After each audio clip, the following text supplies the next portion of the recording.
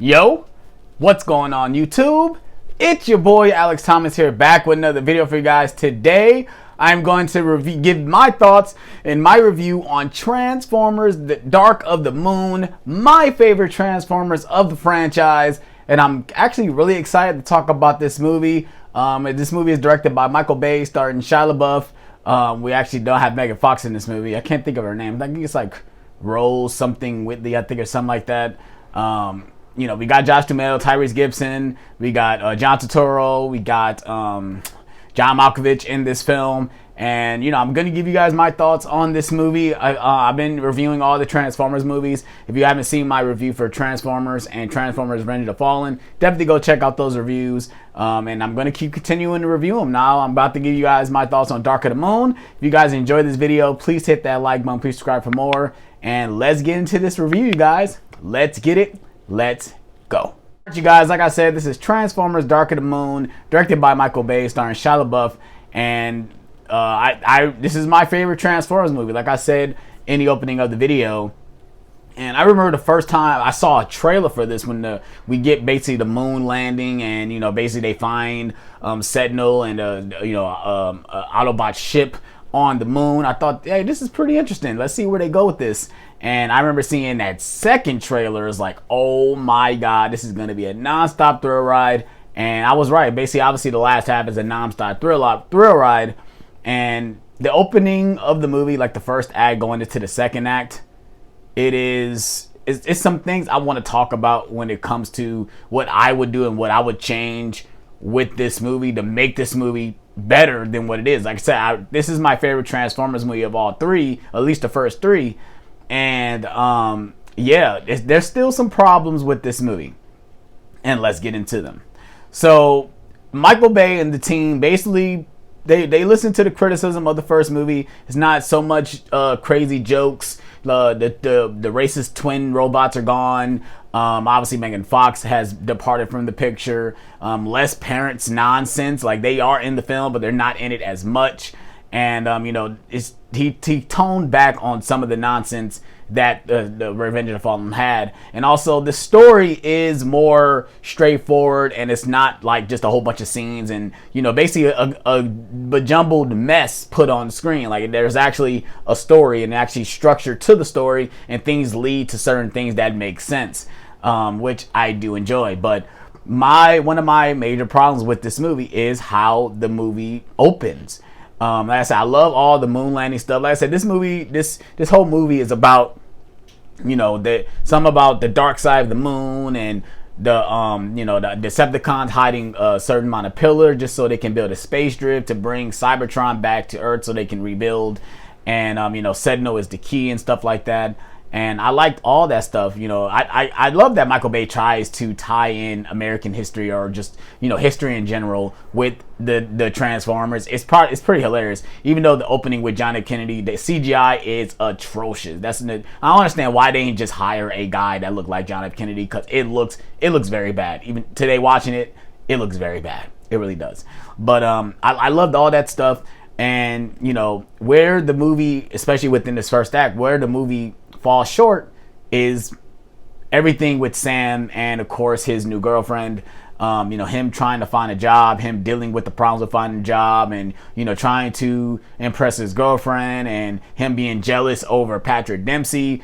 All that stuff can really be subguarded. It really can be erased. For one, if I was doing this movie, if I could edit it, I would start the movie with him already having a terrible job. Like, not him doing the terrible job, which I understand they did it for comedy and stuff. But most of that comedy did not land. It's terrible comedy, for one.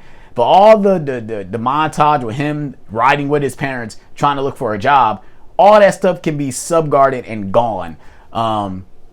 They should have automatically had the terrible mailroom job. They should have already started that way, so we can just jump right into it and get into the story. I feel like all the stuff with Sam dealing with his relationship and all that stuff has no point to the story, especially when it comes to the finale. All the Patrick Dempsey stuff is lightweight trash as well. I really do not enjoy it. I think that's one of the major problems with this movie. And that's one major thing I would definitely change. If you take out all the subplots and stuff from the opening of the movie, and all that stuff, just get rid of it. The movie could be 10 times better. Now, those are just my major gripes. Some of the comedy, some of the writing don't land as well. Like, I think it is better than Revenge of the Fallen. Well, obviously, it's really better than Revenge of the Fallen. But, some of the writing just doesn't land. Like I said, some of the comedy just doesn't land. There's certain, lines of dialogue that just don't hold up today. It's basically cringy to listen to some of this dialogue. But like I said, when this movie came out, it was 2011. Who knows, how, when times were back in that time. It's crazy to say that. This movie is over 10 years old. It's crazy to think that. But yeah, those are just some of my negatives. Like I said, I think Shia LaBeouf is really good in this movie. I liked him in all the Transformers movie, even Revenge of the Fallen. I do like him in that movie, even though he's kind of going insane in that movie. I do like him in this movie. I do like Sam's Carly, that's Sam's girlfriend. I do like her in this movie. I think Josh Duhamel does a good job in this movie. Like I said, Tyrese is good in this movie. I think everyone gives a decent performance. Even John Turturro, I think he's really good in this movie. I like him the most out of all the movie, all the movies he's been in. And like I said, I have no problem with the performances. When it comes to the direction, I think Michael Bay does an amazing job when it comes to visuals and special effects and mixing CGI with real life action and obviously the explosions and constructing an action sequence and a visual masterpiece. I think he's really good at all that stuff, but some of the dialogue and some of that stuff, it just doesn't work for me. But we got to give him credit though. He really did a good job when it comes to the special effects, constructing the action sequences. He really did a good job with all that stuff. Now, let's go ahead and get into the reason why I do love this movie is because the third act. The third act is straight fire. Like, I think out of all the Transformers movie, this is the best third act. This is basically an alien invasion movie. Like, we have where the Decepticons get to Earth and they basically lock down Chicago, and it becomes like War of the Worlds. Like, they are literally obliterating people, like literally like turning people into dust, and it's pretty crazy, and it's awesome at the same time. There's certain parts in the middle of the second act where they act like they kill off the Autobots. I kind of wish that stuff wasn't in there.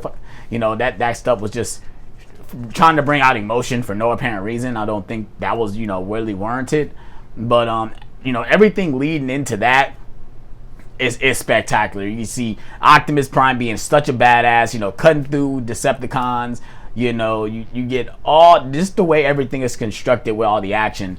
It really is mind blowing, man. Oh my god! Like, it to me is like, if you guys know the point in the movie, like to me is like the third act really starts where they find out that that the Decepticons are hiding pillars on the moon, and they find that they need a Sentinel to open up to do basically activate the space bridge, and basically the point where Sentinel turns on everybody, which was kind of, we knew that was coming. We definitely knew that was coming, and I think it starts right then and there when they find he's the key. We got to get to him. That's for me where the movie starts, like where it starts really get going, and at that point it's a non-stop thrill ride. I love every single moment of it.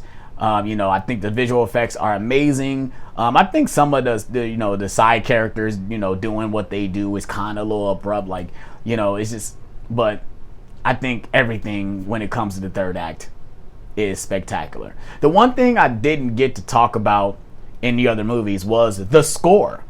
I think the score for this movie is the best out of all the Transformers movies. I love the music in this movie. It really gets you pumping. This is definitely the best score out of all the Transformers movies. Oh my god, it's so freaking epic. And also, I didn't get to talk about the Linkin Park songs that in each one. I do like New Divine from in Revenge of the Fallen, but I do like this song. I can't think of the name off the top of my head, but I really do like this Linkin Park song. That's the the main song for this movie. I really do enjoy it. I still listen to it today, and it really gets me pumping.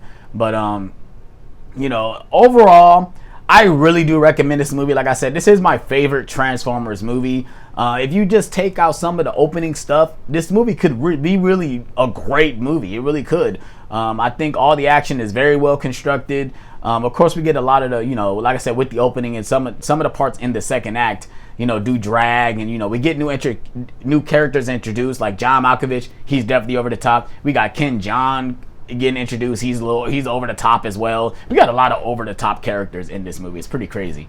But some of that stuff, if you just look past it, and once you get to that finale, oh man, the movie is just chef's kiss. It is a spectacular spectacle. I loved every single part of the finale of this movie. But like I said, I do recommend this movie. I think all the performances are decent. I don't think anyone really gives a bad performance in this movie. Even Carly, I think she's decent in the movie as well, even though obviously she was just hired because she looks really good in her scenes. Yeah, I think everyone does a good job. Like I said, I think Michael Bay did a great job with the visuals, the finale, man, when you see Optimus Prime, like when he comes through slicing through dudes, and oh my god, dude, it's so badass, bro. I definitely recommend watching this movie if you guys have not seen it. Like I said, if you guys have seen Transformers Dark of the Moon, definitely check it out. If you haven't, if you guys enjoyed it, please let me know in the comment section below. Like I said, this is my favorite Transformers movie. I can literally put this on and watch it anytime. I don't need to watch the first two movies. I can literally just put this on and enjoy it for what it is. And that's, I guess, the point of these Transformers movies. I don't expect masterpieces, but there's certain things you do got to talk about, because at the end of the day, it is a film, so, and everything is not perfect, but we can definitely point out what can be improved in certain films. So yeah, I hope you guys enjoyed this review. Please hit that like button, please subscribe for more Transformers reviews will be coming in the near future. Hope you guys are ready for that as well. Of course, we got Age of Extinction next, and then after that, The Last Knight, which I am not very excited to watch. So yeah, like I said, if you guys enjoyed this review, please hit that like button, please subscribe for more. And I'm on this one, you guys. Peace out.